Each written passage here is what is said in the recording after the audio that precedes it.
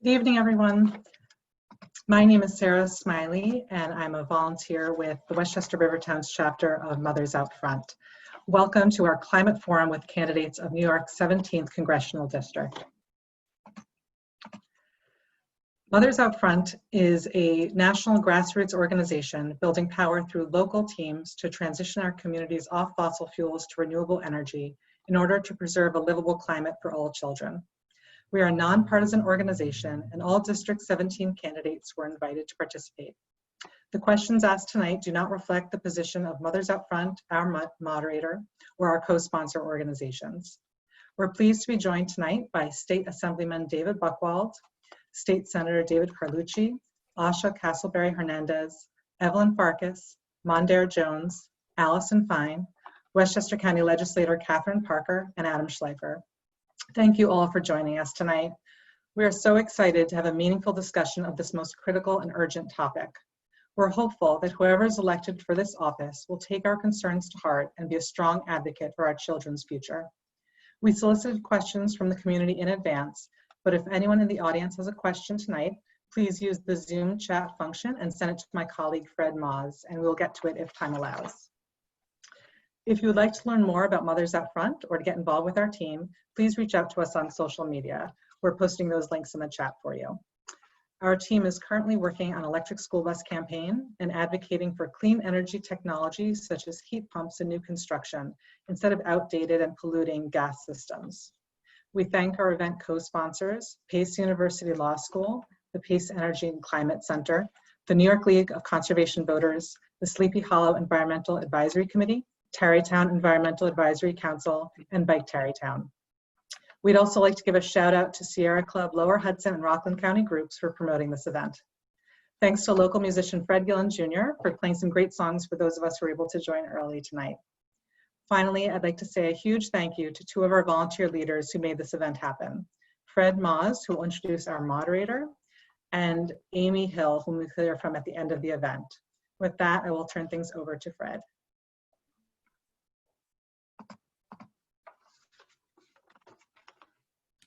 Thank you, Sarah. Hi, everyone. I'm Fred Moz, and my role tonight, as Sarah said, will be to monitor my chat box for suggestions from you attendees as to questions to put to the panelists. So please use your Zoom chat function to send your questions directly to me, and I'll forward the juicy ones on to our moderator. Before we get started, I'd like first to thank both you attendees and you candidates for accepting our invitation to come together tonight to address an issue that is central to the missions of Mothers Out Front and our co-sponsors. And secondly, very importantly, a hearty shout out to the coordinator of the Westchester Rivertown team of Mothers Out Front, Sarah Smiley, who is also our very competent Zoom host, and to co-coordinator Amy Hill. Thanks to their tremendous perseverance and phenomenal leadership, this forum went from pipe dream to reality. So now I have the true pleasure of introducing our moderator, Nita Lowey. Nita is the Senior Staff Attorney and Regulatory Affairs Manager at the Pace Energy and Climate Center. Both the center and the Elizabeth Haub School of Law at Pace University in White Plains are two of our co-sponsors tonight. The Energy and Climate Center engages government decision makers and key stakeholders with research and analysis and law and policy on such issues as energy regulation, climate change mitigation, and climate change resilience. At the center, Nita focuses on developing policy frameworks for gas decarbonization, and she leads the center's engagement in implementing the two key renewable energy initiatives in New York State, the Reforming the Energy Vision process and the Climate Leadership and Community Protection Act. She also frequently represents the center in state electric and gas utility rate cases. Nita received both her JD and Master of Laws degrees from Pace Law School. I know Professor Nita Lowey because she lectured my energy law class at the same law school for my own LLM degree. And I should add, she lectured with great enthusiasm for this subject of energy law. So through their research, their academic activities, and their legal advocacy, Regina and her colleagues, both at the center and at the law school, constitute a powerful and effective force in this congressional district for addressing and mitigating climate change. And so I'm extremely excited to have Regina Vilova moderate tonight's forum. Please join me in welcoming her. Regina, the floor is yours. Much, Fred, and thank you very much to all the candidates for joining us tonight. I really appreciate you taking the time, especially with everything that's going on. I'm very happy to share this space with you and really looking forward to our discussions tonight. Thank you also to our audience. I am so thrilled that so many of you have joined us and are passionate about these issues and are curious to hear what the candidates have to say about them. Let's go over the ground rules briefly before we dive in. So first, all of the candidates will have a 1-minute introduction. They will then transition into questions, and again, 1 minute per question. I will announce the order in which the candidates should respond before the opening remarks and also before each question. If a candidate is in the middle of a sentence, they may finish that sentence if the 1 minute mark strikes, but no more than that. We will try to keep to the 1 minute rule. And candidates will have the opportunity to rebuttal. If someone addresses a candidate directly, that candidate will have the opportunity to rebut for 1 minute. Any questions before we begin? All right, thank you so much. So, for the opening remarks, we will go, first, I do want to say I will begin with first names. We've had this discussion, so thank you all for being willing to have a more informal discussion with me, and please feel free to call me Regina as well. So we will go in alphabetical order to start with Adam, Allison, Asha, Catherine, David Buchwald, David Carlucci, Evelyn, and Mondaire. So, Adam, take it away. And actually, before you take it away, let's make sure our timekeeper is ready to go. So, Arlene, when you call time. Okay, so you will do the 20 seconds, and let us start when you're ready, Adam. Thank you. Thank you all for having us. I am pleased that we're gathering here for our second, at least, third environmental and climate change and planetary protection themed forum of this campaign. Besides surviving from coronavirus and the economic disaster that it poses acutely in front of us, there's nothing more important than how we can ensure that we convey to our children and our children's children a healthy and habitable planet. This is something that's not only important to me as a future father this summer, but it's something I've been doing in my career as a federal prosecutor. I fought environmental conspiracy to violate the Clean Air Act and choke our air with dangerous used car vehicle emissions. And I took on those who would destroy our national parks and smuggle endangered species. For me, this is everything to me in terms of what our basic obligations are to be good ancestors. And so I am very much looking forward, hopefully as the next congressperson, to ensure that we have policies that include a carbon tax, that include strong vehicle emission standards like California is fighting for right now, and a reinvigorated EPA that understands and respects science and allows us to lead and rejoin the international community and consensus in protecting our planet. Thank you. Thank you very much, Adam. Allison. And I'm sorry, if you're not speaking, please make sure to mute your line. Thank you so much. In a long line. I'm hearing a lot of noise, no? Yeah, A little bit. Sarah, if you're able to mute whoever is speaking, that would be great. Okay. Okay, should I begin? Please. Okay, thank you, Regina. I grew up here in Sleepy Hollow, right on the Hudson, raised my 3 kids here, and learned about cleaning up the waters from my dad of blessed memory, who designed the water and sewer systems of Rockland County. My life's work has been helping environmental and social justice groups achieve their goals. I will be a fierce advocate for turning the climate crisis into an opportunity to remake our economy and our society. We have a climate problem, we have a pollution problem, we have a biodiversity problem, we have a deforestation problem and a resilience problem, and we're going to continue to have pandemics. I support the Green New Deal as part of the solution, but we need a larger reframing that begins by turning the EPA into the Department of Ecological Stewardship. We'll have time tonight to talk about how to do this, but I want to say this is not just a technical problem. This is a social and cultural problem as well. We need a bigger vision, we need a bolder agenda, and we need a fresher perspective to get this done. Thank you. Thank you so much. Asha.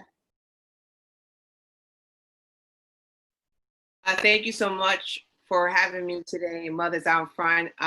This forum is really exciting to me because I am the only mother up to a 3-year-old in this race. So I understand the importance of building a clean environment for my daughter and her generation and beyond. So this is definitely personal to me. It is also very important to me too, because I have been a victim of how climate changes has also impacted reproductive rights, where I've been restricted to actually travel pregnant to the Caribbean due to the fact that there was more natural disasters, and then there was a spread of tropical diseases. So I understand the impacts of climate changes. I also understand that we have an environmental injustice issue. I come from communities mainly that are impacted, disproportionately impacted from climate changes, especially from the Latino and Black community. And we need to make sure that we're, go against these issues, combating them effectively. When you're looking at not just the, access to better air quality, but also looking at the food security issue. Look at my record and everybody else's too. I have been in this fight since day one, even before this became a national discussion.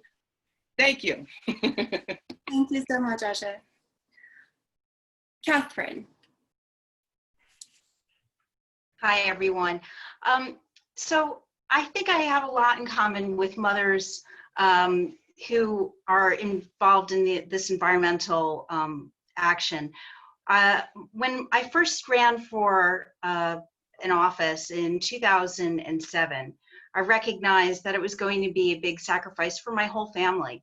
But I knew that if I had set a goal of really creating a legacy and working on environmental policy, that at the end of the day, that is what how my family would benefit, and all of our families. So I worked as a local official and passed the plastic bag ban and a leaf blower ban, and this is more than 10 years ago. And then when I got to the county, I also worked on environmental policy, and I chaired the Environment and Energy Committee and created legislation to create the Office of Sustainability and the Energy Director position at a time when Democrats were not necessarily in power. We have a lot of work to do, and I look to the federal level. This is where we can really make things happen. Thank you. David Buchwald. Thank you. I got my degree in physics because I appreciate that science is about facts. And what we need right now in Washington is fact-based decision-making to protect our country's and our planet's future. That's true when it comes to dealing with a pandemic, and it's true when it comes to addressing the environment. We know what we need to do. Kick polluters out of the EPA, pass the Green New Deal, set clear zero emissions benchmarks, invest in mass transit, and undo Trump's damage to our natural resources. In the New York State Assembly, I've earned perfect environmental scores every year I've been in the Assembly from Environmental Advocates of New York because I fought for real solutions to our environmental challenges, from co-sponsoring New York's version of the Green New Deal to banning offshore drilling. In Congress, I'll keep up that fight and be ready on day one to enact these policies that we so desperately need in Washington. So I ask you to vote for me, David Buchwald, to be your next member of Congress. Thank you very much. Thank you. David Carlucci. Well, thank you so much. Again, I'm Senator David Carlucci and have the great honor and privilege of representing people of Rockland and Westchester counties, and want to thank Mothers Out Front for putting together this forum and all of the candidates in this race for talking about this extremely important issue. And first, I wanted to say to Asha, my condolences to your grandfather. I just read about that in the paper. A loss to you, obviously, and to reading about it to our entire community. Climate change is the biggest issue of our time, and what the United States does best is take on the big issues of our time. We have to be global leaders. We have to set an example. We have to pass the Green New Deal. It's something I was a co-sponsor on New York's version. I also think we need a constitutional amendment to guarantee the right to clean air, clean water, and a healthy environment. So when we're long gone, our children and their children have a place where they can live and raise a family. Thank you. Evelyn. So thank you very much for Mothers Out Front and the entire group of sponsors for hosting us. I'm Evelyn Farkas. I was President Obama's Deputy Assistant Secretary of Defense for Russia, Ukraine, Eurasia. Throughout my 30-year professional career, I have worked on environmental issues. They have been suffused through everything I've worked on. I will say that there is no issue more important, no issue at the top of my agenda. The only one at the top of my agenda is addressing the climate crisis. Our Earth is literally on fire and melting. And what do we need to do? We need to make sure, first of all, that we address it not just as an environmental issue. It's a social justice issue. It's a national security issue. It's an economic issue, and it's a health issue. What do we need to do to address it? We need to, first of all, eliminate our reliance on fossil fuels. We need to eliminate the subsidies on fossil fuels. We need to institute a carbon tax. And then on the other side, we need to invest in renewable energy. We need to put in the subsidies there, as well as tax incentives. And then we need to build a green infrastructure, an electrified grid that provides transportation hubs so that people are less reliant on private transportation. Thank you. Thank you. Mondaire. Well, thank you to you, Radina, and also to Mothers Out Front for putting together this event. I think it is the second or the third, but I can't stop talking about it. It, for me, is the most important issue, because if we don't have a planet that we can inhabit, the other stuff doesn't matter so much. Call me a little bit selfish. I'm part of a generation that's going to inherit a planet that will be devastated by climate catastrophe, because people who have been in office for a really long time have failed to act with the kind of urgency that this issue requires. We need a Green New Deal. It is my #1 priority. And we can apply that practically right here in the Lower Hudson Valley. But let me just say that a Green New Deal includes things like an end to fracking, to offshore drilling, to the exportation of crude oil. Those are the kinds of federal mandates that we're going to need, rather than relying exclusively on market-based solutions to get ourselves out of this existential crisis. We've got 10 years left before irreparable harm, according to that UN IPCC report, and we've got to start acting like it. So that's what I'm fighting for. It is personal for me, and I look forward to speaking over the course of this forum about this issue and other ways to deal with climate catastrophe, including environmental injustice. Thank you. Thank you all very much for your opening remarks. So now we will move on to our first question, and I will say that some of the questions come from me and some of the questions come from community members. I will deliver 5 of the questions, and 2 of the questions will come from local students. So question 1, the order in which I would appreciate your responses is David Carlucci, Evelyn, Mondaire, Adam, Allison, Asha, Catherine, and David Buchwald. Question 1. A lot of members of the community here in Westchester, including some Mothers Out Front members, have expressed a great deal of interest in more sustainable transportation systems. In the COVID era, there is some concern about public transportation and its safety, and there is some data, as recently reported by the Wall Street Journal, that in China, for example, commuters are starting to prefer single passenger vehicles over public transit. What federal legislation should be enacted to avoid increases in greenhouse gas emissions from the transportation sector? Well, thank you. And great question. I think that we first, one of my top priorities will be a one-seat ride from Rockland into Manhattan. We need to invest more in our mass transit, and that's a priority that I'm going to bring with me to Washington. With that said, we have to have safeguards in place to make sure that best practices are followed in terms of decontaminating our trains and our mass transit, whether it's a bus or a train. And we have to put new protocol in place to make sure that people are safe from the spread of COVID-19 or whatever contagious disease might pop up in the future. But I think that we still need to move forward in getting people out of their vehicles. We need to fight to have better emission standards for all vehicles in the United States.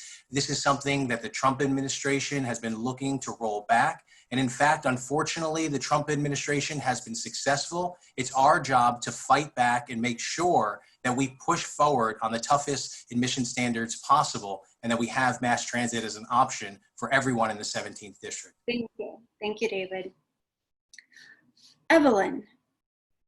This is actually, I already started answering this question. This is why we need to move from fossil fuel to renewable energy as fast as possible. What Congress has enacted right now is a lot of stopgap legislation. Yes, it's important, but it's not really a solution that moves us forward into the future. So we need to remove immediately. I understand that under this Congress, it's probably not likely, but if we can remove the fossil fuel subsidies and start putting money into renewable energy, we need more electric cars. If people are going to use private vehicles, they should be electric vehicles. We also need to, of course, make sure our public transportation is also renewable, electrified as well. And the idea of hubs provides obviously a better transportation grid for people, more accessible.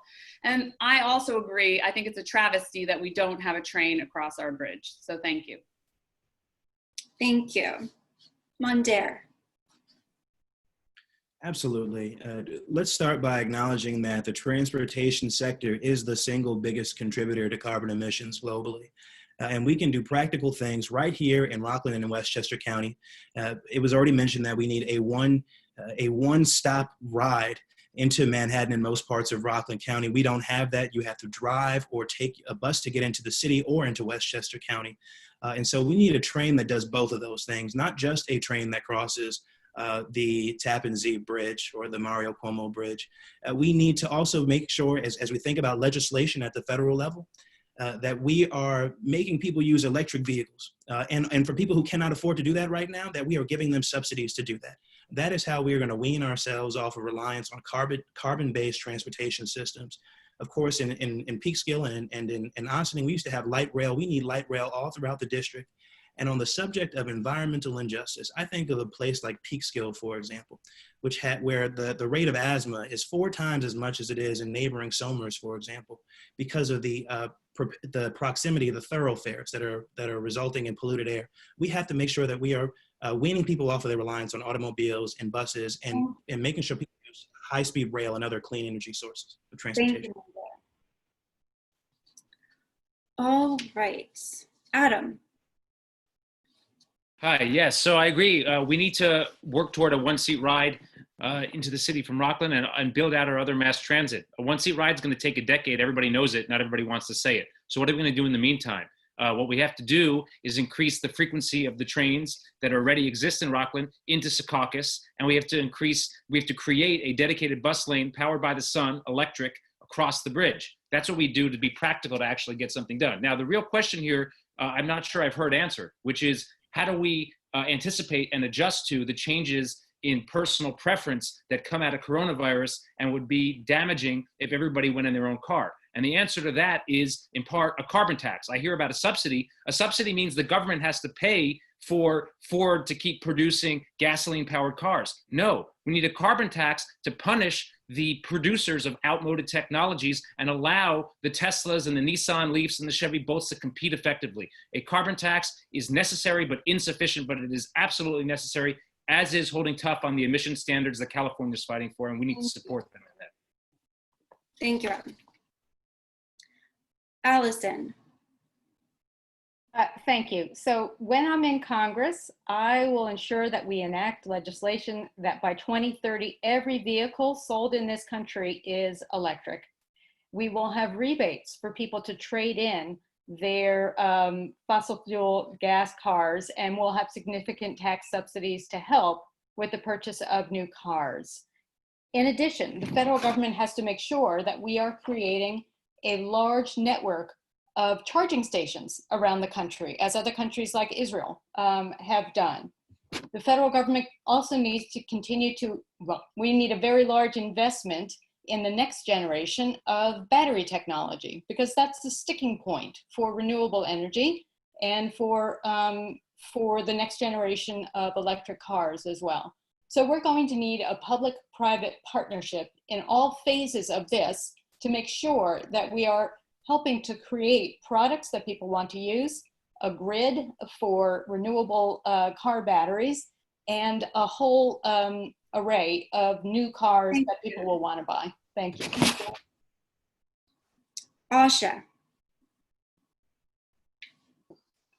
Yes, you know, I agree with several of my opponents here that we know, of course, we would want to advocate for a one-stop, transit to the city from Rockland especially, and then looking into investing more in electrical cars. That's very important, but we have to make sure that as we are looking into this as far as secured funding, as your elected official, that we're investing in equitable opportunities going across the congressional district. This district is very fragmented, and sometimes we leave out those communities that don't have the opportunities to have access to renewable energy. So we need to make sure that as we're looking into these renewable energy opportunities to invest in many of these communities, it's spread across. Equitable is so important in this effort. Thank you. Thank you. Thank you, Asha. And Catherine. Yeah, so as an elected official just today, I voted on legislation for Westchester County to put in electric charging stations. And so I've been on board for a long time. I drive a Chevy Volt, and I have since 2015, and that's certainly one thing. But what we haven't talked about so far, and speaking of the pandemic, is air travel. Let's think about air travel in the time of the pandemic and what we need to do to decarbonize air travel and also shipping. And what we need to do for the federal government is to see real dollars invested in research to look at these very difficult aspects of transportation and see how we can take that to the next level, how we can decarbonize that and make that actually a much more efficient and certainly something that's not increasing the burden on the climate crisis, but doing something that's changing it. I also want to add in that I support, because just to address the one-seat ride from Rockland into Westchester to get into New York City. Certainly that's going to be very important for Rockland, and I did want to add that as well. Thank you, Catherine. David Buchwald. Thank you very much for the question. Even before I was an elected official, I was appointed by Governor Patterson to be a member and then chairman of the Metro North Railroad Commuter Council, advocating on behalf of riders of our region's most crucial mass transit system. So I would say the first thing that a member of Congress needs to do is be advocating for funding to the MTA, especially in light of this pandemic. It's part of what happened in the CARES Act, but more needs to be done in hopefully the HEROES Act and beyond. To make sure that what we have is able to remain a viable mass transit system. We have to go beyond that. We can make sure our federal representative, for example, is pushing incentives for clean, environmentally clean buses, charging stations, and we also need to make sure that we stop and turn back some of Donald Trump's harmful policies when it comes to transportation. He tried to shut down California's cleaner emissions standard, which we adopt here in New York. We should, in fact, have California's standard be the nationwide standard. And then whether or not someone goes into a personal vehicle or not, we're going to be able to improve things. Thank you, David. Thank you all very much for your answers to the first question. The order of responses for the second question is as follows: Allison, Asha, Catherine, David Bookwald, David Carlucci, Evelyn, and Mondaire. Question 2 is, obviously a lot of our discussions this evening are focusing on COVID-19, and one of the things some of you have already mentioned is that communities of color and marginalized communities are most especially impacted. And one of the reasons is that they already suffer from the negative health impacts of fossil fuels, such as asthma and heart disease related by air pollution from trucks and cars, as well as from fracked gas. These same communities were often hardest hit during Hurricane Sandy. I know we've read reports and instances people being left for months without heat and hot water. And in other words, there is a direct link between health, housing, and resiliency to disaster. The question is, what policies would you propose to support health and resilience for frontline and marginalized communities? If you need me to say the order again, please let me know. So I have worked in the field of environmental justice for a very long time. And as you just outlined, the impacts of environmental pollution and climate change fall disproportionately on low-income communities of color in particular. And we have an administration right now that is mind-boggling in its determination to reduce the air pollution and water quality standards of the country. Air pollution in particular has increased the rates of asthma, and we've seen that be a huge factor in COVID. So we need to go back to having increased standards for reducing air pollution and increasing clean water. But in particular, as you mentioned, Radina, we have to focus on resilience, and resilience means that how to focus on making sure we're ready to live with rising waters in our area. And that's where we need to focus to help communities of color. Asha.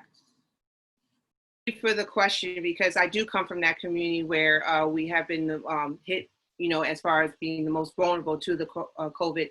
And I must tell you, I grew up in Terrytown, where I lived on the bottom of the valley. And most of us who came from lower income households lived on the bottom of the valley. And as a result of that, when we went through Hurricane Floyd, we were hit the most from the floods. And as a result, most of us lost a lot of our property, our cars, and we weren't necessarily thought of as a priority as far as addressing our #1 concerns. That's the problem policy.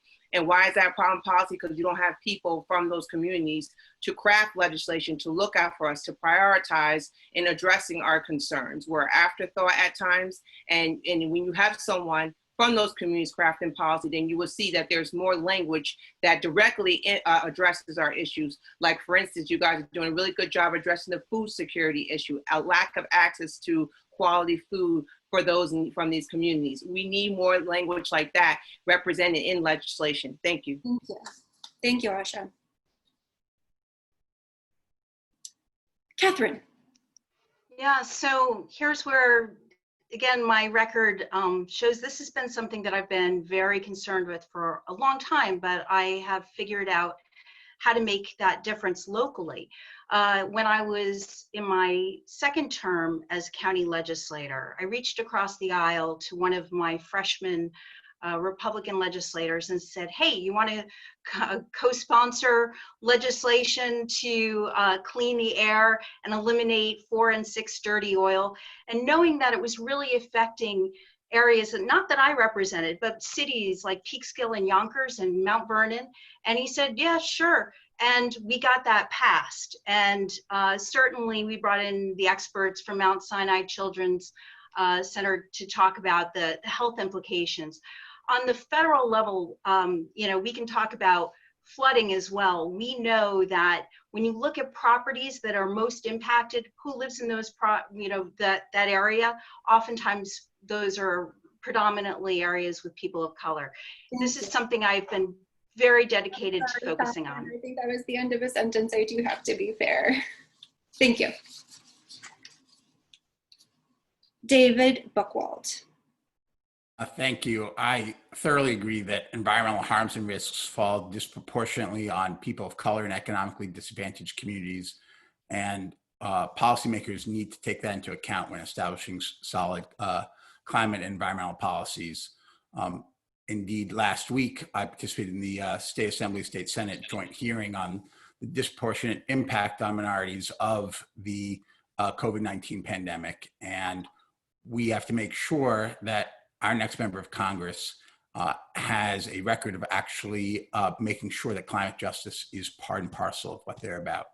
I co-sponsored the Community Leadership and Climate Protection Act, New York's version of the Green New Deal, that includes climate justice as a core component. I believe that our nation should follow suit. We absolutely need to make sure that folks understand that this is something where we're all in together, but it does fall more on some, and therefore the resources have to be directed in that direction. Thank you, David. David Carlucci.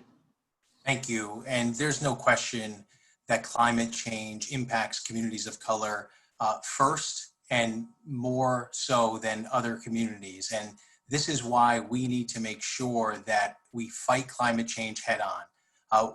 I supported the Climate Leadership Community Protection Act as a co-sponsor in the New York State Senate. Another piece of legislation that I passed was the first passage of a constitutional amendment to the New York State Constitution called the Green Amendment. And this is something that I want to bring forth on a national level, because we have to guarantee that right to everyone, no matter what zip code you live in, no matter what color your skin is, no matter what your religion is, you should have the right to clean air, clean water, and a healthy environment. That is not the case in America today, and that has to change. And we have to make this a priority, whoever our next member of Congress is, because we have to invest in the communities that need it the most. We know that the infrastructure in communities of color is lacking. We know that there's... Thank you very much, David. Thank you. Evelyn. So in Congress, as a member of the Energy and Commerce Committee, the first piece of legislation I intend to sponsor is a piece of legislation to basically implement the vision of the Green New Deal. But it has to start with a survey that looks at the existing situation across the United States. And this is not my idea, this is Governor Inslee's idea. We do a survey and we overlay where the people are most socially disadvantaged with where the environmental blight is the greatest, whether it's due to climate crisis, climate change, or because of man-made pollution. And we address those societies first where they're most vulnerable and unable to do things like buy water filters. And so we need to make sure that as we move to a green, new, sustainable, electrified grid and all the things I mentioned earlier, that it's done with an eye towards helping those who cannot help themselves first. Thank you, Evelyn. Mondaire. Yeah, I really appreciate the question. One feature of a Green New Deal is what's called climate justice. And that means a few things as applied to the issue of environmental injustice. It means that folks who are being displaced in a decarbonizing economy, disproportionately low income Black and brown people should get first dibs at the new jobs that are going to be created. Those infrastructure projects, whether they are light rail in peak scale, for example, so that we can reduce the reliance on thoroughfares and hopefully bring down the rate of asthma or eliminate the rate of asthma, which is disproportionately higher than the rest of Westchester, than many places in Westchester, for example. The people who should be getting those infrastructure jobs that should be getting first dibs are the people, the communities that are most impacted right now by environmental injustice. We also have to make sure that we are looking at housing. A Green New Deal for public housing is something that's been proposed. It's legislation that's concrete. It's been proposed by Representative Alexandria Ocasio-Cortez. I hope to join that. It would retrofit 1.2 million housing units in our affordable housing stock nationally, including right here in Westchester and in Rockland counties, and reduce our carbon footprint. Thank you. Thank you very much, Mondaire. And Adam. Yes, so in addition to my priority of having a carbon tax because it helps affect everything else, and my view is that it's necessary, but while insufficient, we need the standards and the investment and the justice, the SIJ we keep hearing about. And justice is something I understand when it comes to climate change, because I am proud to say, and I'm the only one in this race who has done this, I have prosecuted those who would pollute and take advantage of people, including our most at-risk people, people in my case, in an urban community and who were primarily people of color, when I took on a conspiracy to violate the Clean Air Act by falsely certifying used cars as clean air compliant when they were not. So this is not something that's just academic or technocratic or economic for me. It's something that I've lived and fought for my career. And it's a critical part of what we need to do, because we do need general policies that rise the tide of climate justice. But at the same time, we need to be strong and stand up to those who would pollute and violate our existing laws, the Clean Water Act, the Clean Air Act, and the like. And that's a piece of that equation too. And I'm proud to say I've already done it. Thanks. Thank you, Adam. Thank you all so much for your responses to question 2. Now I have the pleasure of introducing Margaret, a senior from Sleepy Hollow High School, who has a question of her own. Margaret, take it away. Hi. So my question to all the candidates is, do you support the Green New Deal? And if you do, how do you plan to finance it without putting future generations in trillions of dollars of debt? After all, my generation wasn't the one to create the problem in the first place. Thank you so much, Margaret, for being here with us and posing your questions. I will now give the order of responses. Mondaire, Adam, Allison, Asha, Catherine, David Buchwald, David Carlucci, and Evelyn. Would you like me to repeat the question? No, I've got it, and I've got an answer. We have to start asking people who are super rich in this country to pay their fair share. Because if we don't do that, we pay for it with our lives. We need to avert climate catastrophe. It's why I wish many of my colleagues in this primary would join me in calling for a wealth tax. Senator Elizabeth Warren has proposed 2% on a tax on wealth in excess of $50 million and 3% in excess of $1 billion. That is the scale of what we are going to need to do in order to fund a Green New Deal. And of course, we will, over time, obtain competitive advantages as the rest of the world looks to us as a market leader in the area of green technology.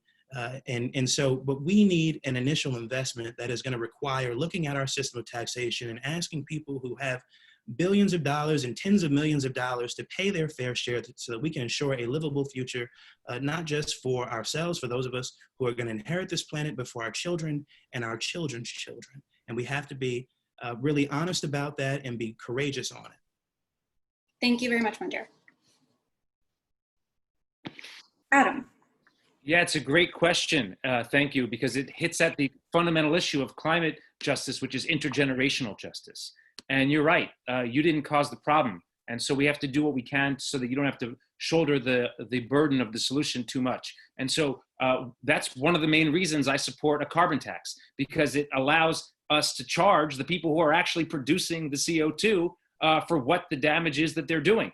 And then you generate revenue from that and you disincentivize harmful activity. Now, the question is, do I support a Green New Deal? I support a Green New Deal. The Green New Deal had a lot in it that a lot of folks felt was politically impractical in terms of passing. I support a Green New Deal, one that brings us, for example, a National Service Corps, so that we pay for this by having 2 years of national service. And you can choose whether you want that to be in a Green Infrastructure Corps, the military, or the Peace Corps. But then when you do it, you get 2 free years of education, matching those 2 years, or 4 years for 4, so that we close the education gap, bring people real world skills, allow us to be more productive at an earlier age and meet one another and get out there and work for justice and progress in this country.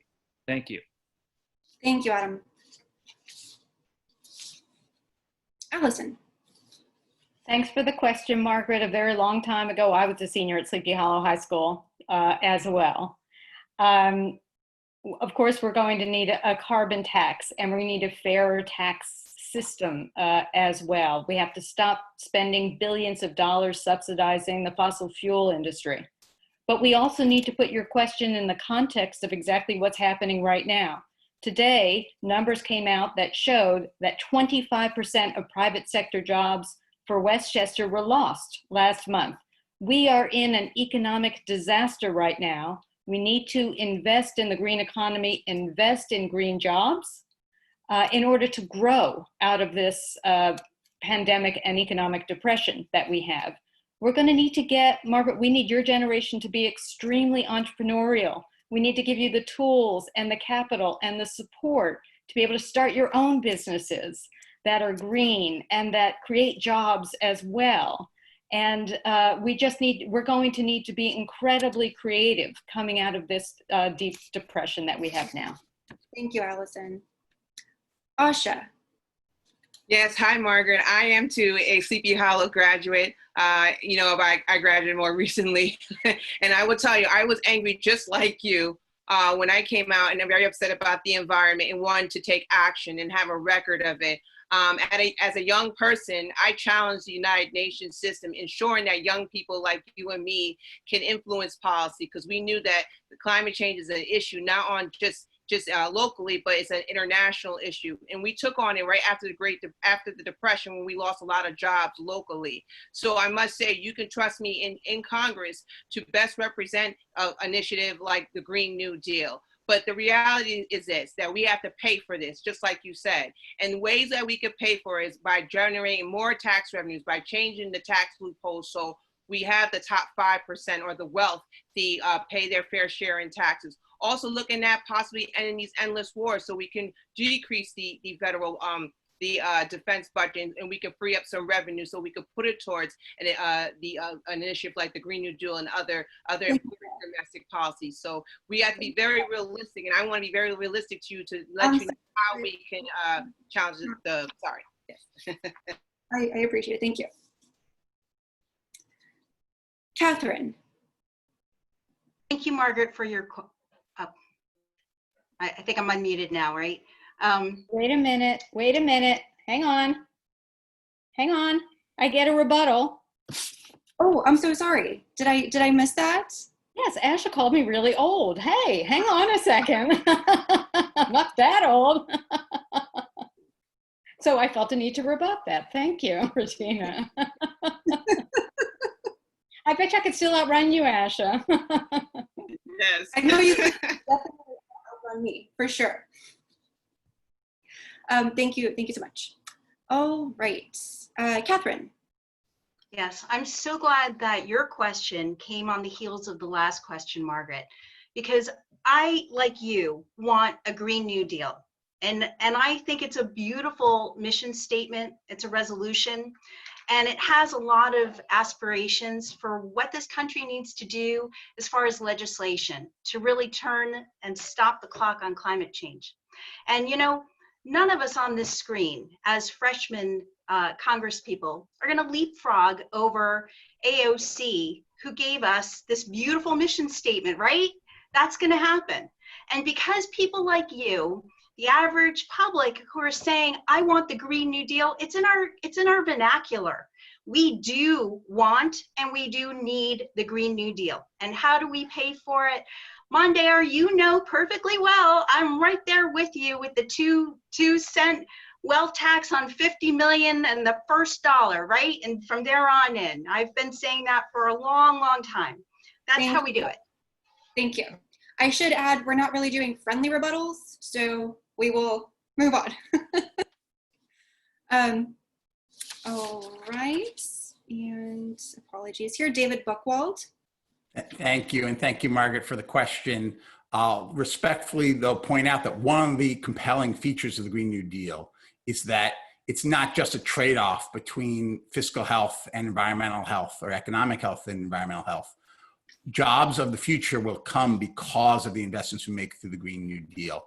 And there are things we can already see happening here in Westchester and starting to happen in Rockland that show that. So, for example, your community of Sleepy Hollow and mine in White Plains participate in the Green Power Plan of the Westchester Power, which allows community choice aggregation, where our neighbors, by default, are able to get 100% clean energy for lower costs than what they used to get from Con Ed.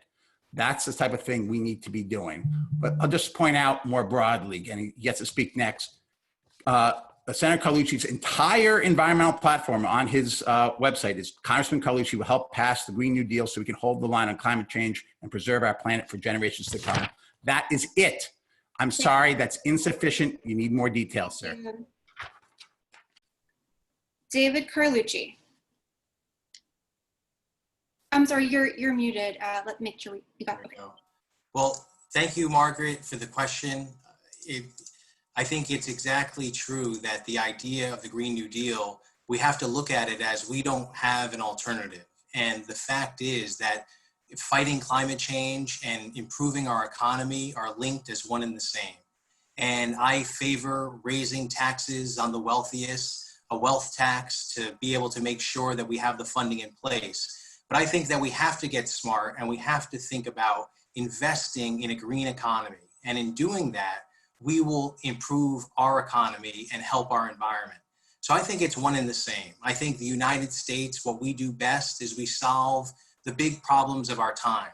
And we know students like you don't lack capacity, only opportunity. And that's what our job is, to make sure that you have the opportunities available to achieve the greatest things. And I know that the people that are going through Sleepy Hollow High School and the high schools in our district will go on to achieve things and discover things that aren't even fathomable today. Thank you. Evelyn. So Margaret, dealing with things like the climate crisis, the crisis that's coming in Social Security, preventing a pandemic, all of these things require leadership at the national level.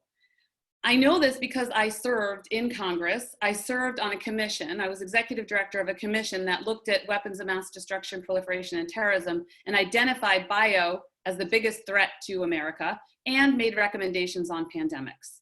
I also worked with President Obama in the White House in the Situation Room, and we had to address crises, that some which were immediate and others which we had to forecast. It takes real leadership to say, we're going to take money, we're going to take resources now, and we're going to put them towards a risk that may be not that probable, but actually has huge consequences, or very probable, but minimal consequences. So ultimately you need leadership, and then all the things we already talked about, again, eliminating the fossil fuel subsidy, a carbon tax, and tax reform across the board. So thank you for the question. Ultimately, it comes down to leadership.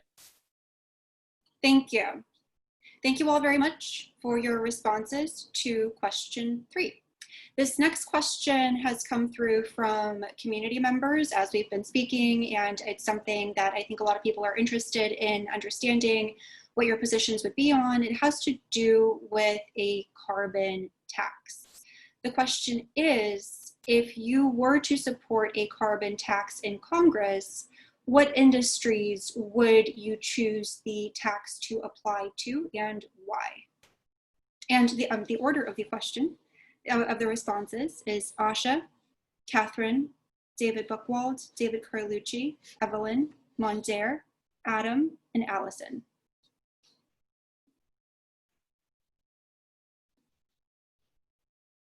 Yes, I would support our carbon tax and many where it needs to be applied in the private sector. There's just a lot of unregulation right now in the private sector where we're seeing that many of them are getting away with regards to contributions towards the fossil fuel industry, which some of my opponents are receiving right now. So, you know, it's very important that we do our due diligence, that we do apply that carbon tax, but it also applies and make sure that it applies to every single business that that is unregulated and needs that type of regulation. Thank you. Thank you, Asha. Catherine. Sure. So I guess I should start by thanking a member of Adam Schleifer's campaign committee for the question, right? Because he's the one that's the most vocal about that.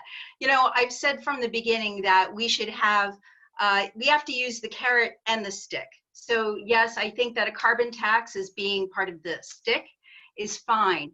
But MIT has a tool to analyze all the different factors that contribute to climate change. It's called the Climate Interactive, and you should go check out the website. You can play around with it.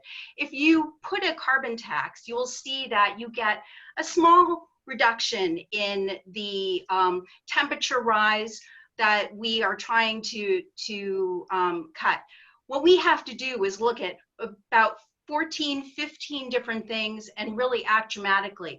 Carbon tax alone is not going to get us where we need to be. And again, we've got to remember, it's not just about the stick. We have to think of ways of incentivizing, creating jobs, creating opportunity. that is also going to be a way that we can get to the finish line. Thank you, Catherine.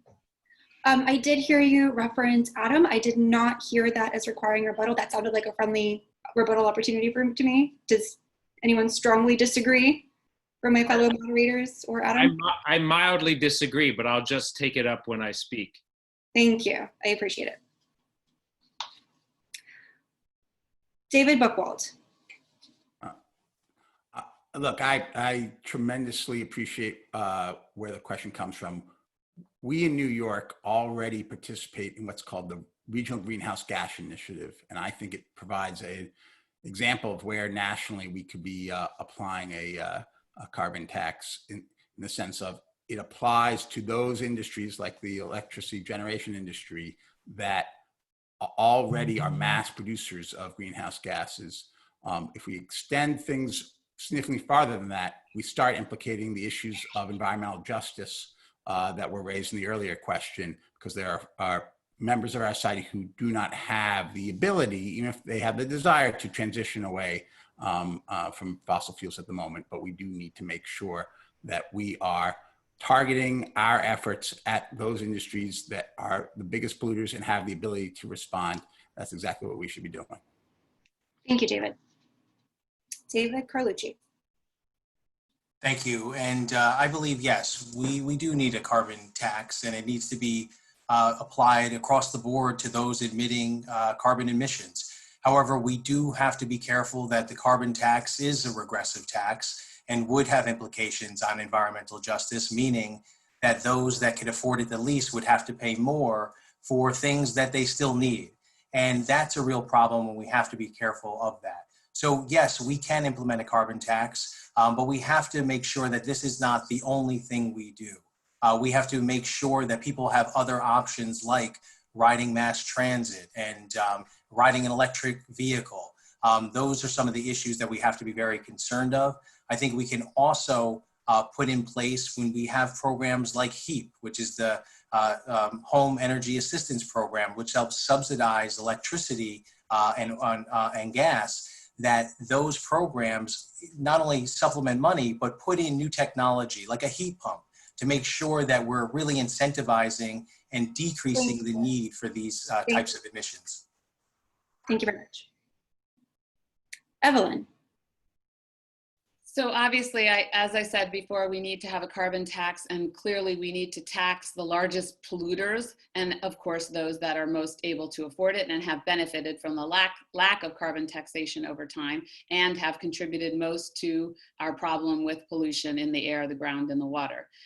But obviously it's not the entire issue. You know, there's a lot more that we need to think about. We need a comprehensive plan to address the situation we're in right now, mitigation, cleaning up our environment. As I mentioned earlier, we need to start with those communities that are most disadvantaged, least able to fend for themselves in terms of protecting themselves from poor water quality in particular, but also poor air quality. So at the national level, Congress needs to step in and obviously institute taxes so that we can have money that we can use to put towards the implementation of the Green New Deal. Thank you, Evelyn. Mondaire. You know, there is a reason why a carbon tax is not included in the Green New Deal. It is because the framers of that resolution as it currently exists understand what many environmentalists understand, which is that we cannot carbon tax our way out of climate catastrophe. I said that at our first big debate in Dobbs Ferry at Mercy College in January of this year.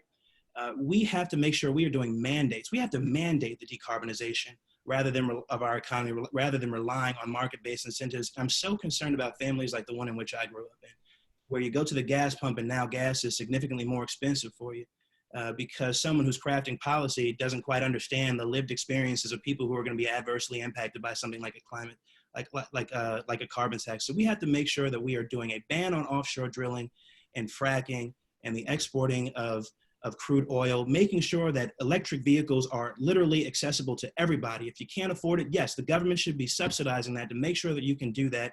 We've got 10 years left, as I mentioned earlier.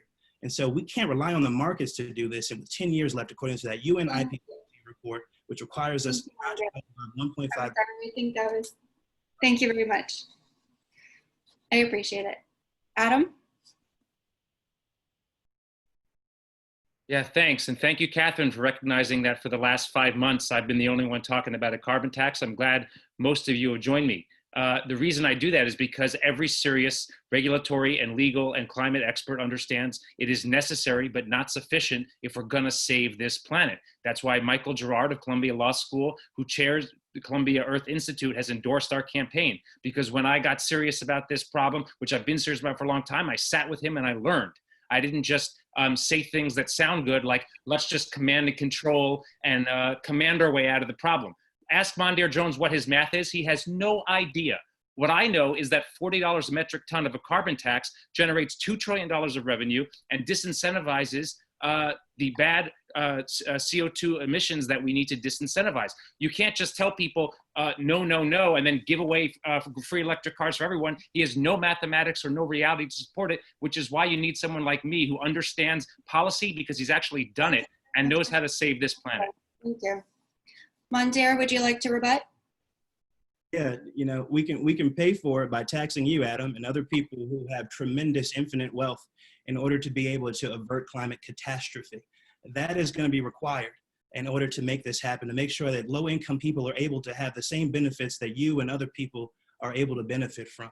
Now, I think we need more people in Congress for whom policy is personal, people who understand that that economics are not an abstraction, but they actually have real life implications for folks, that when people are deciding between whether they can put food on the table, access necessary medical care through coming out of pocket for that, and getting gas at the gas tank, that they're going to go bankrupt because one of those things they're not going to be able to get.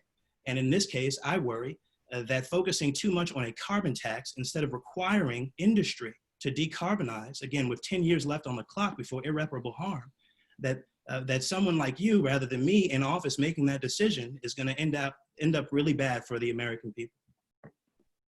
Thank you, Mondaire. Allison. Thank you. I have been advised on this subject by the former Congressman Dick Ottinger, who is Professor Emeritus of the Pace Environmental Law Center. And the first step is for the federal government to make hard decisions of making sure that we reduce emissions by 40% by 2030 and 85% by 2050. I believe that we need a cap and trade program. And we've done this before. We've done it with sulfur dioxide. It is essential that we have a way to measure emissions and to make manufacturers, particularly electricity providers who are the biggest carbon emitters in the world, and manufacturers responsible and pay for the emissions that they provide. Thank you. Thank you, Allison. Thank you all very much for your responses to question 4. Moving on to the 5th question, we have another question from a local, actually, I don't know if he's quite a student yet, Jack, a 5-year-old from Terrytown. So we're going to play a video of him asking his question.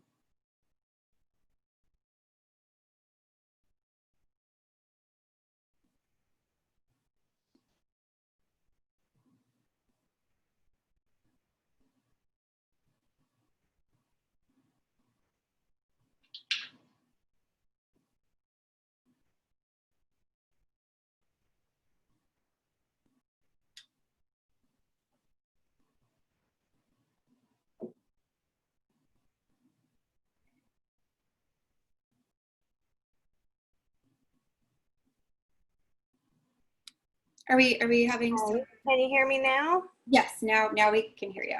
And are you able to see my screen? Yes. Great. Hi, I'm Greg from Tallytown.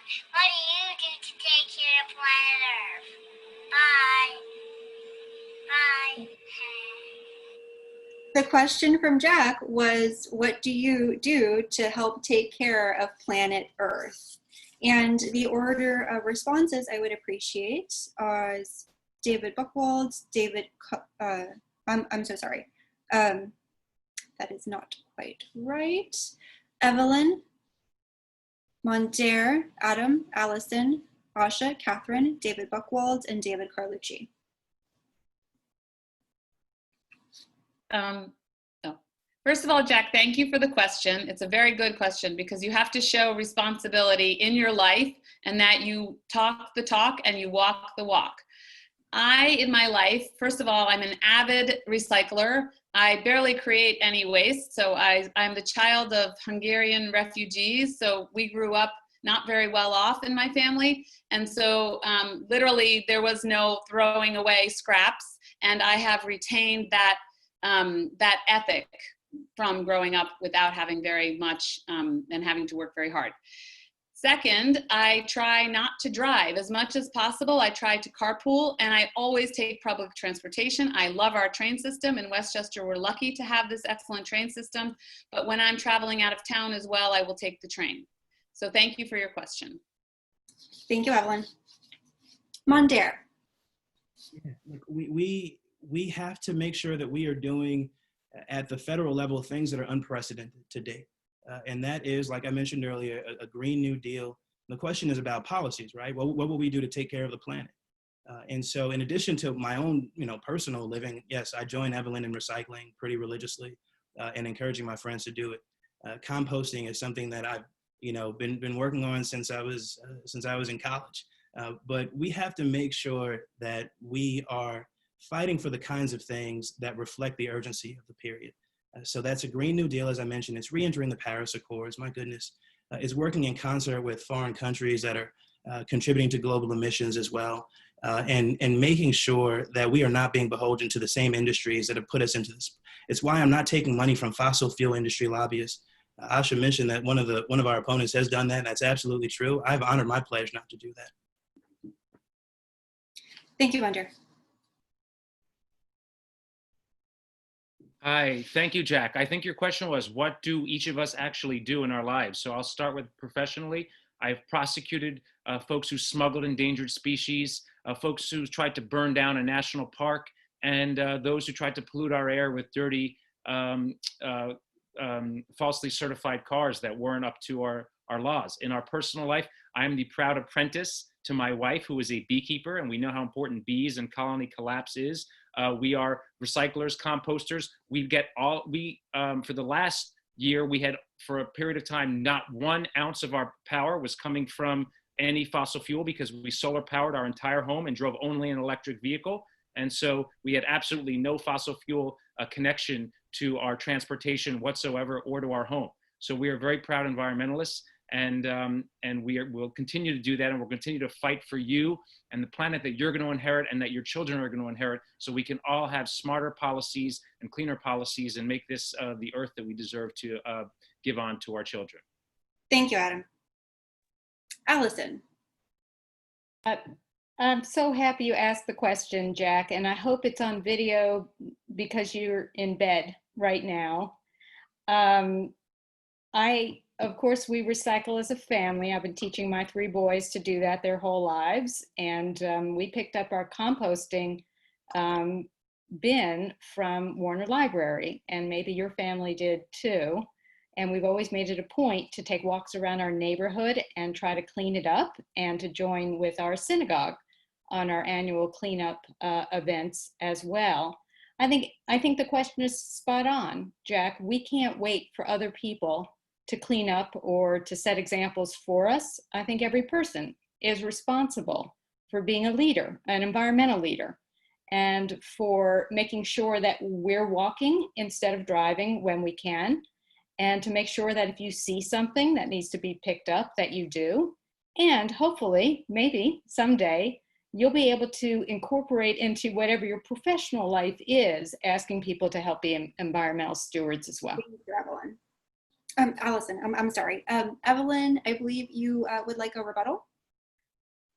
Yes, I was not named, but Mr. Jones is essentially saying that somebody on this screen took money from the fossil fuel industry, and that's also what I just heard from Asha. The Intercept wrote an article falsely accusing me of taking money from fossil fuel lobbyists. That was incorrect. And I have to correct the record for once and for all, because we have problems with one of our candidates who is using false Twitter handles, basically how should I put it, impersonating indivisible groups, attacking me for something that's false. And I am bearing enough attacks from the far right because we know that Tucker Carlson and the bad Sean Spicer, Sean Hannity, and the Trump people don't want me in Congress because they're afraid of me. But I don't, though, and the allegations they make are false, and it takes enough time to explain to, well, no one's really listening to them. But I don't appreciate false allegations that get repeated over and over by my opponents in their literature. It's false, so please don't repeat it. Thank you. Thank you. Thank you, Evelyn.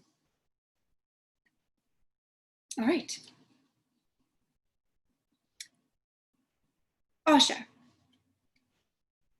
Hi, Jack. I love your question. I too was a 5-year-old growing up in Terrytown, so I understand the importance of our future involved in our environment.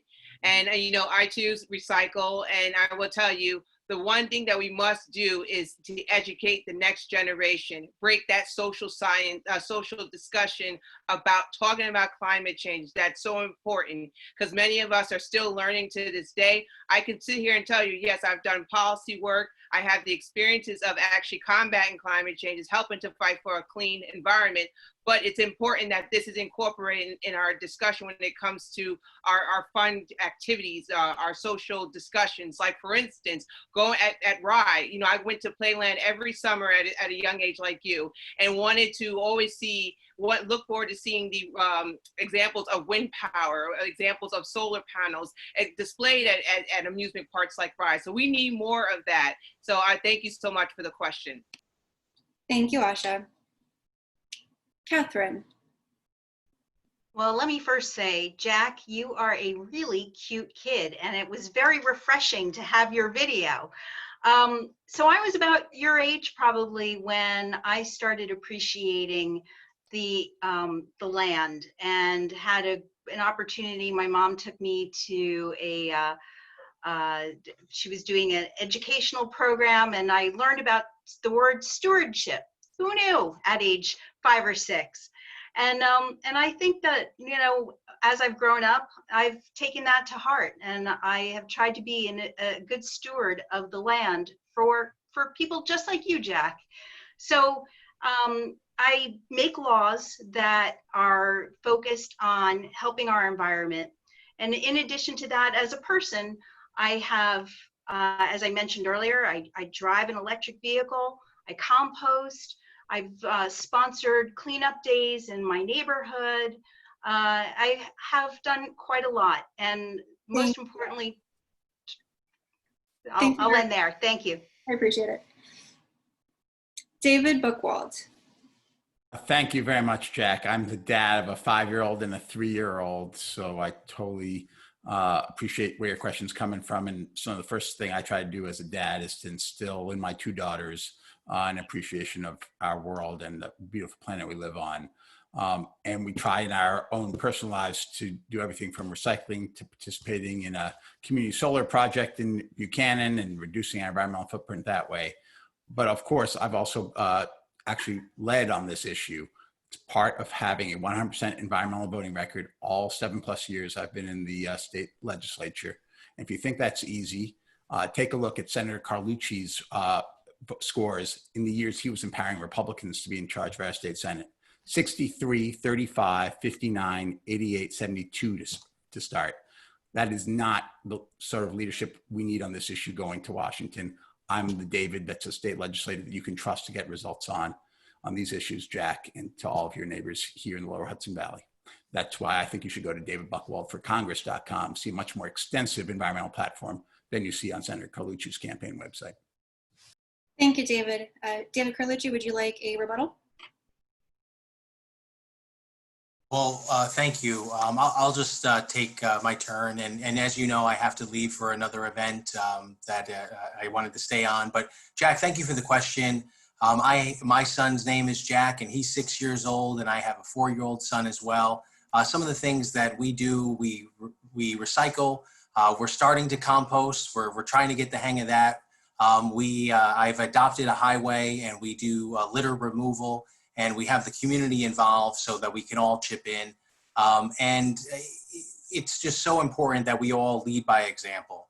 Last year, I had 100% environmental rating from League of Environmental Voters.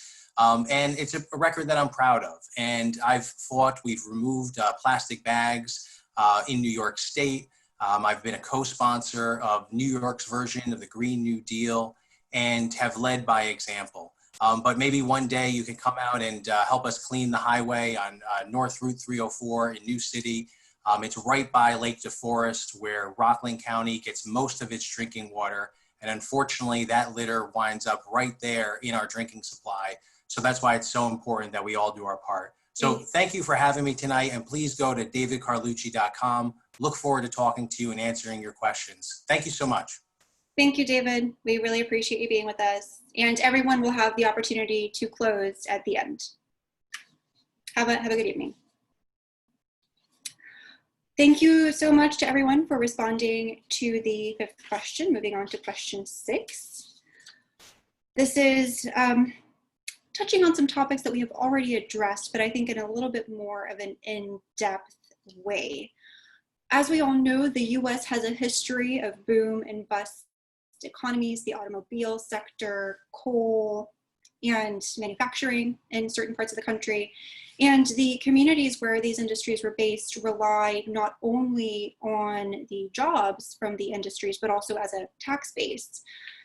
In the transition to a renewable energy system, we do anticipate further closures for the coal industry, for the nuclear industry. For example, here in New York, we already have Indian Point closing, and the financial support for the upstate generators will expire at some point. One of the concerns that community members, especially here in Westchester, have expressed is how your climate change plans can help to support new jobs and economic opportunities. And I'm sorry, I didn't give the order, my apologies. We will start with David Buchwald. David, Evelyn, Mondaire, Adam, Allison, Asha, and Catherine.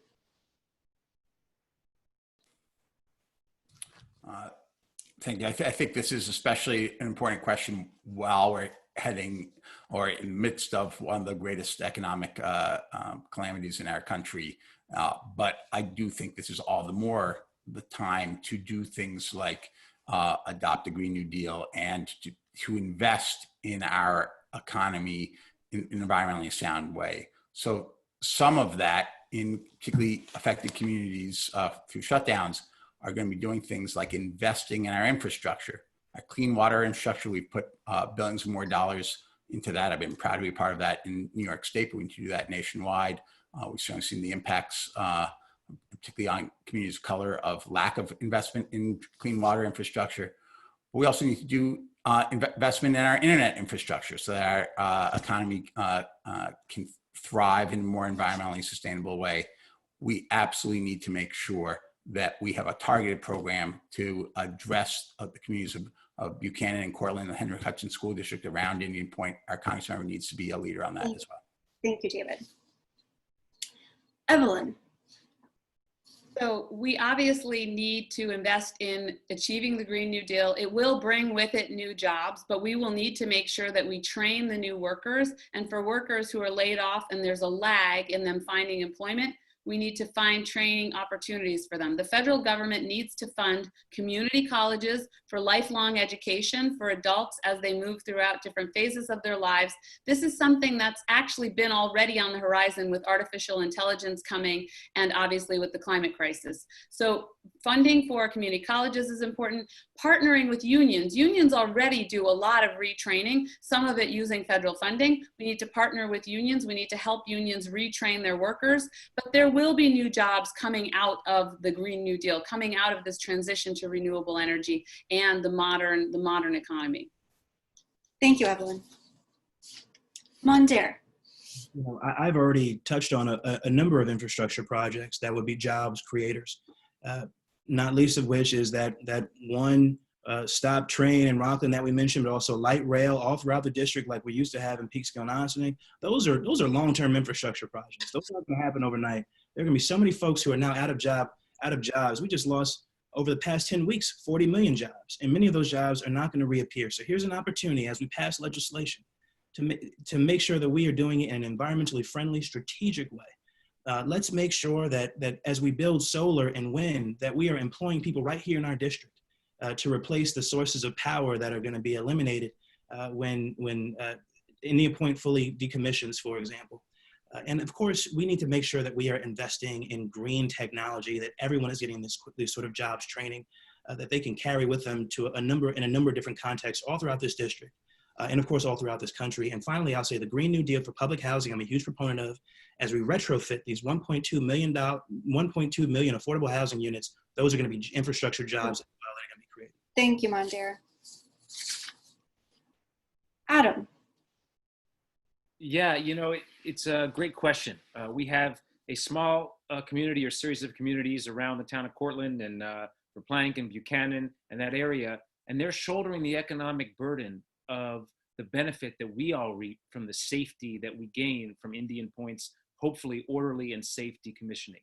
The whole region, tens of millions, 10 million people or more benefit from shutting that down, being that it's a nuclear power plant over a fault line and a natural gas pipeline. But those people there are going to suffer economically from the jobs. So we got to right away work on what's going to replace those jobs. And I've had conversations with leaders there, and I'm happy to say there's some talk already of a wind project replacing on some of that land that will become vacant to replace Indian Point. We need to work on those kinds of economic initiatives to help those folks who are really taking the hit for the rest of us. And moreover, my national service plan with a green, clean energy core will teach people the skills they need to thrive in a 21st century infrastructure, and we'll get a return on our investment, and we will economically benefit. Thank you, Adam. Allison. One of my main motivations for running for Congress was to move us from the industrial age into the next green age, and it requires bold leadership. We have to focus on investments in people and in communities and in new ideas that will bring new jobs with it. So when we look at the green economy, we need a major investment from the federal government in fundamental R&D, particularly in the area of battery, which is the sticking point for being able to both store and move energy right now. And then all of that new technology becomes jobs. In addition, we've touched a little bit on resilience.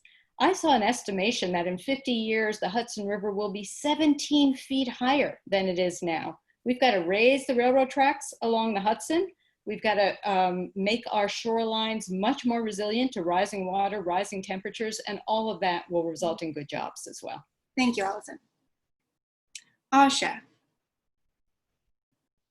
Yes, also one of my main motivations of why I wanted to run too, as well as making sure that we have more jobs in terms of building a green economy.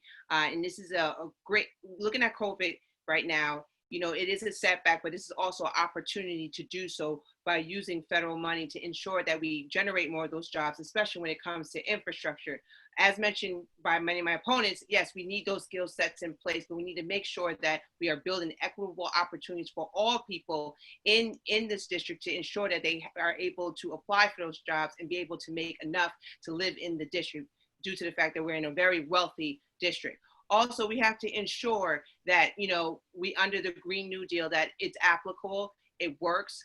Especially when it comes to when you look at the issue of the closure of the Indian Point. I worked at the Indian Point, and I know people who worked there for 40 years, and it has been an engine that helped with providing more jobs. But again, we have to ensure that we do not hit a low when it comes to unemployment in that area, and be able to have a comprehensive closure plan to ensure that. Thank you. Thank you, Asha.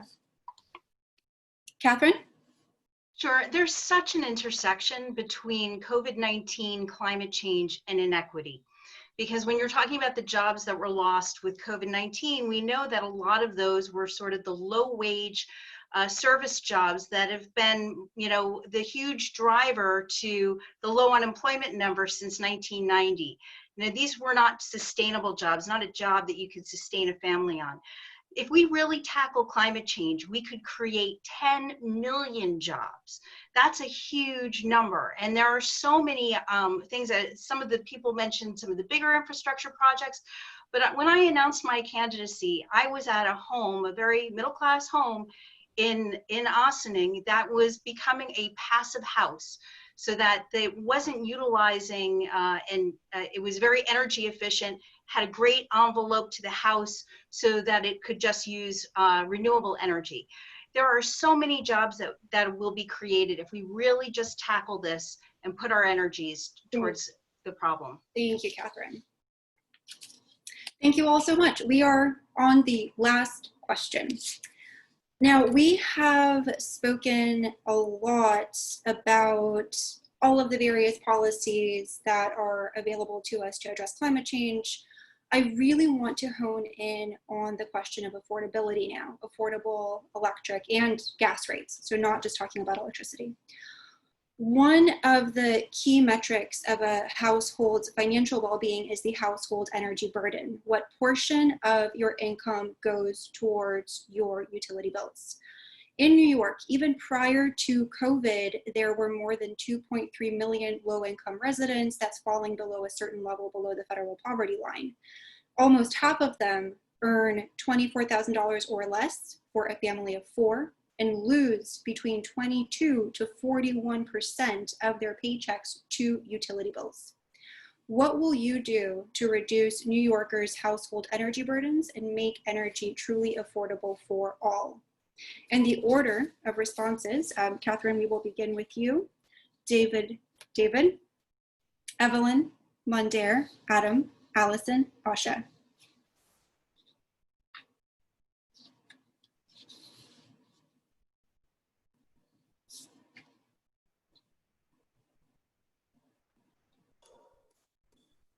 Catherine, are you good to go?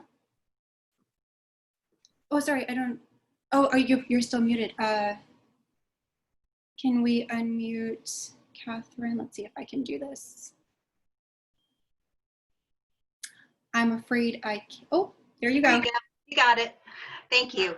So it's a great question. And let's start with the very beginning that right now, what we're paying for energy, when you look at your utility bill and you see the amount of your bill that is charged as far as for research and development, and it's a pretty hefty number, and yet there's no improvement to the energy system. That's just wrong. They are not really working as hard as they should be to help us move along to a decarbonized future. And that is a goal that I think that we want to see as far as climate change. And the energy companies, they do a lot of talking about this, but they don't really produce much. I will give credit to my opponent, David Buchwald, though, because David has done some work, as have I, with United Westchester and trying to fight that with the utility companies and really trying to fight for the average person. Thank you, Catherine. David.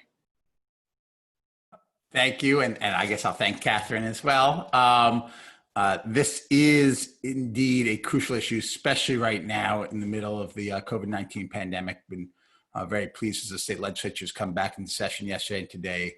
Part of our package of bills that I have voted for is to prevent utility cutoffs during this pandemic. I think that's the least we can do, and shame on any utility company that's using this as an opportunity to pressure their customers.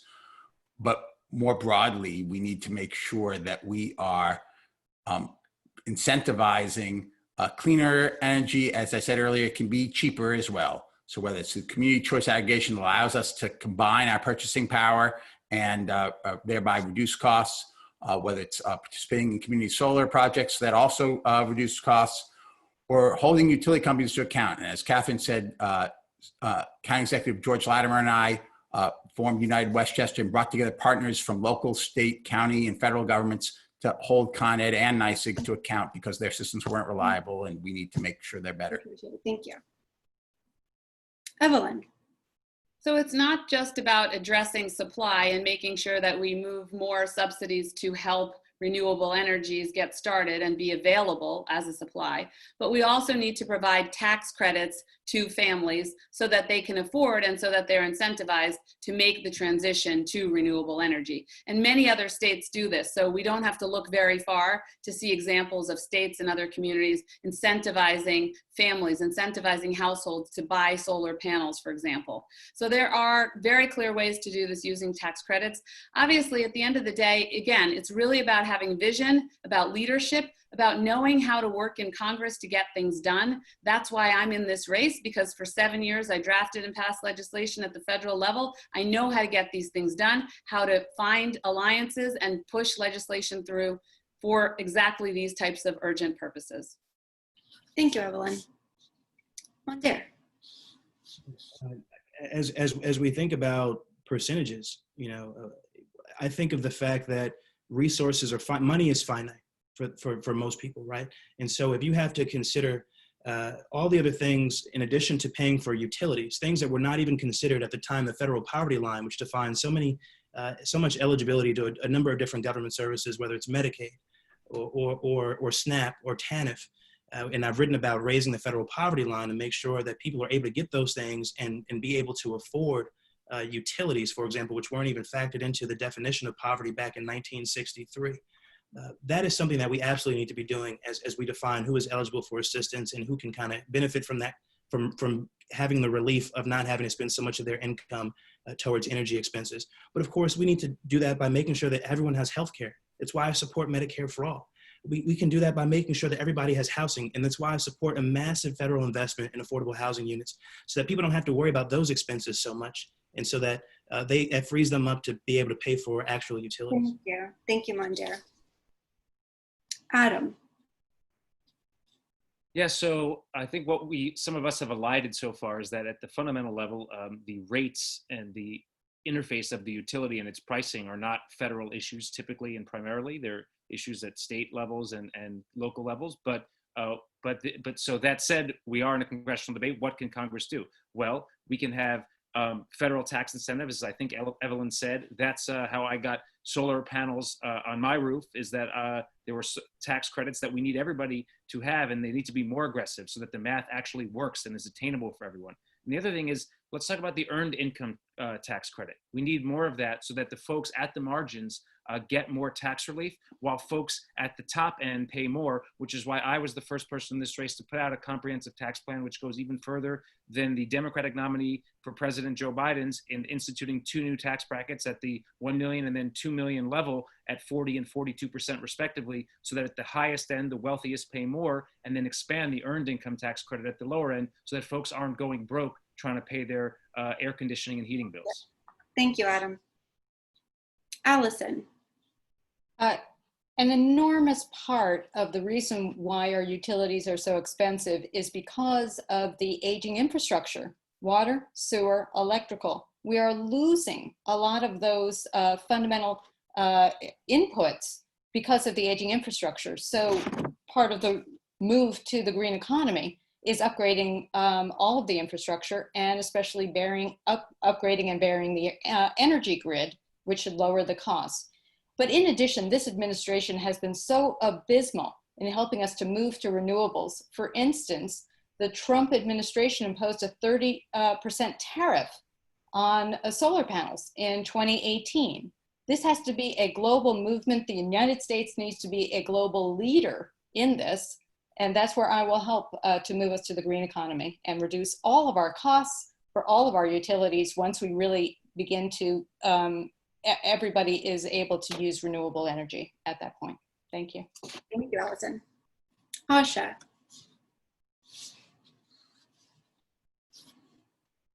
I'm sorry, Asha, you're muted. There we go. So let's start the time again.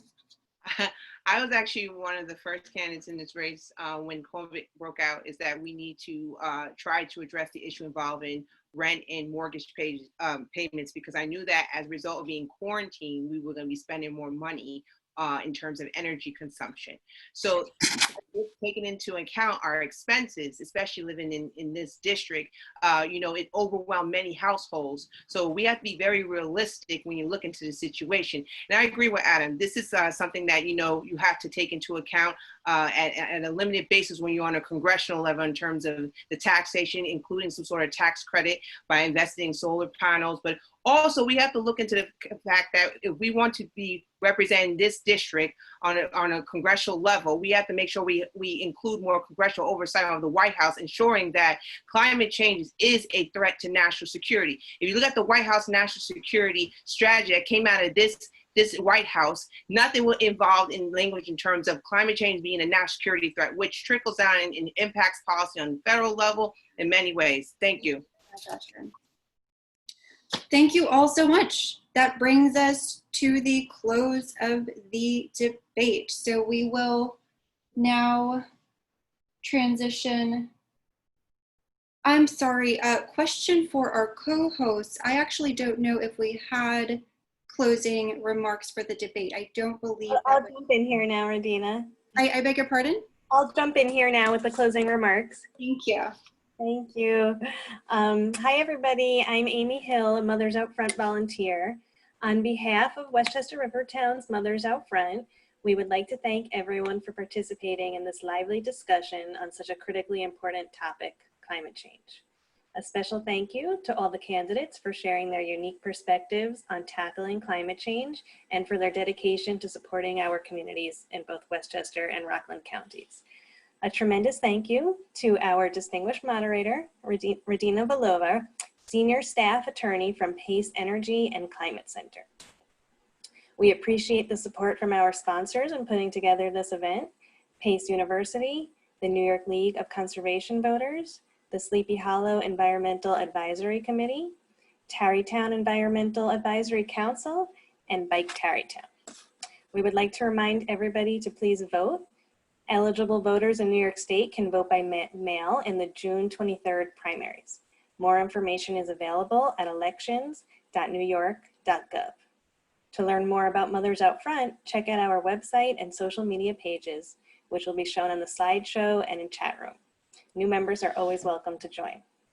Now, please sit back and relax while enjoying a musical performance by Andrea Galassi, international environmental lawyer and activist from Pace Law who resides in White Plains. And feel free to share any thoughts or questions in the comments section. Thank you and good night.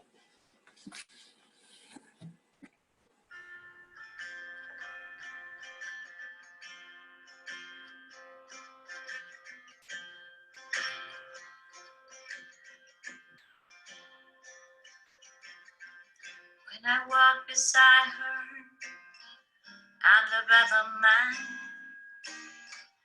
when I look to leave her, always stagger back again. Once I built a narrow tower so I could worship from above. When I climbed down to be set free, she took me in again. Sobbing, heavy heart sun, beating on the big people in the big hard world.